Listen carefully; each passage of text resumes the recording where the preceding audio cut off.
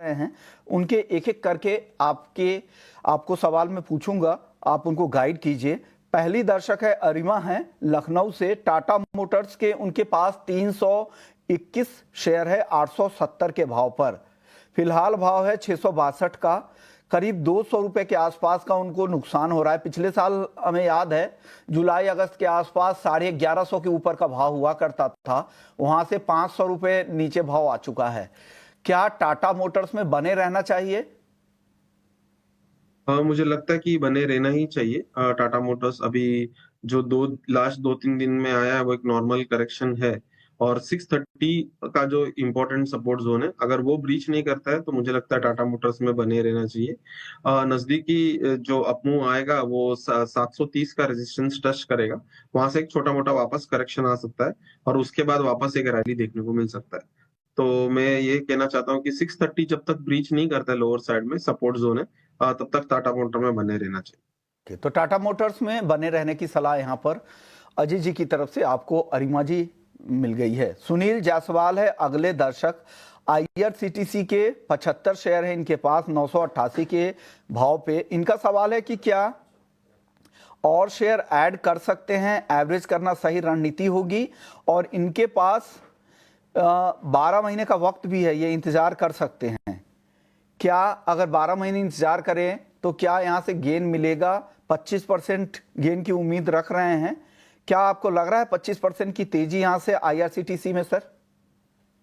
Sir उससे ज्यादा भी तेजी अगर वो 12 महीना होल्ड करे तो देखने को मिल सकता है, क्योंकि ले अभी ट्रेंड रिवर्सल का साइन दिया है। 750 के ऊपर एक ट्रेंड रिवर्सल साइन है, पुल बैक आके जो 740 750 का लेवल है उधर ही होल्ड कर रहा है। तो ये 730 का इंपॉर्टेंट डिमांड जोन है, अगर ये सॉरी सपोर्ट जोन है। अगर वो सपोर्ट जोन नहीं ब्रीच करता है तो इसमें एक अच्छा उछाल देखने को मिल सकता है। 860 से लेके 900 तक का जो रेजिस्टेंस जोन है वहां पे टेस्ट कर सकता है। तो मीडियम टर्म टाइम फ्रेम में मुझे ट्रेंड लाइन ब्रेकआउट भी बनता हुआ दिखाई दे रहा है। तो मैं मीडियम टर्म मेरा आउटलुक है पॉजिटिव है।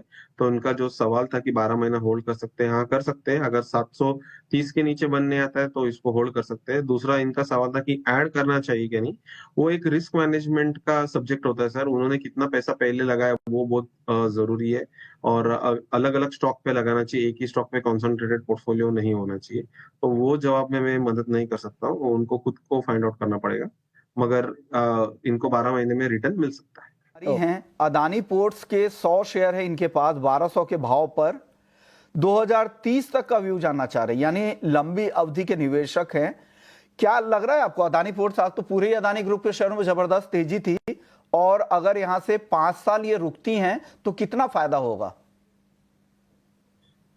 ये चार्टिकली काफी अच्छा दिखाई दे रहा है मुझे। अगर 5 साल का व्यू चाहिए तो ईयरली चार्ट के हिसाब से भी अदानी पोर्ट में मुझे नहीं लगता है कि कुछ इश्यू होना चाहिए।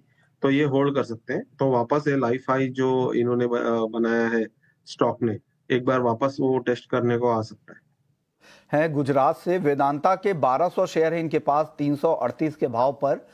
फिलहाल भाव है 420 रुपए के करीब का। अच्छा फायदा हो रहा है, निकल जाए या बने रहें अजय जी?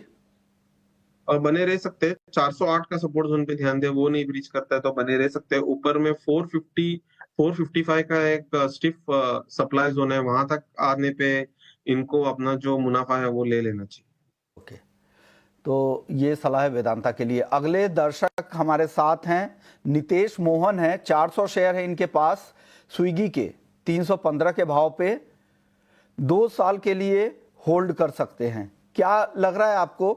315 के भाव पे खरीद है, फिलहाल भाव है 344 का, फायदा हो रहा है, बने रहें, आगे और फायदा होगा, 2 साल रुक सकते हैं? 420 का लेवल अगर ये क्रॉस करता है तो लंबे समय के लिए इसको होल्ड करना चाहिए। एक कंसोलिडेशन फॉर्मेशन से बाहर आता हुआ दिखाएगा। मगर अभी के लिए 298 का जो लेवल है वो ध्यान में रखे, वो नहीं ब्रीच करता है तो बने रहे। मगर जब तक 420 के ऊपर ये वीकली क्लोजिंग नहीं आता है, मुझे चार्ट में लंबे समय के लिए अप ट्रेंड नहीं लगता है। क्योंकि वो क्रॉस करने के बाद भी इसे बहुत सारे ओवरहेड रेजिस्टेंस है। वापस 450 के पास ये रेजिस्टेंस खाएगा, फिर 480 के पास। तो ये बहुत शानदार स्टॉक नहीं है अनलेस एंड अनटिल कुछ ये इसमें एक बहुत पॉजिटिव न्यूज आता है। तो टेक्निकली मुझे लगता है कि इसके अंदर अगर प्रॉफिट होता है तो इसमें से बुक करके दूसरे कोई अच्छे स्टॉक में इन्वेस्ट करना चाहिए।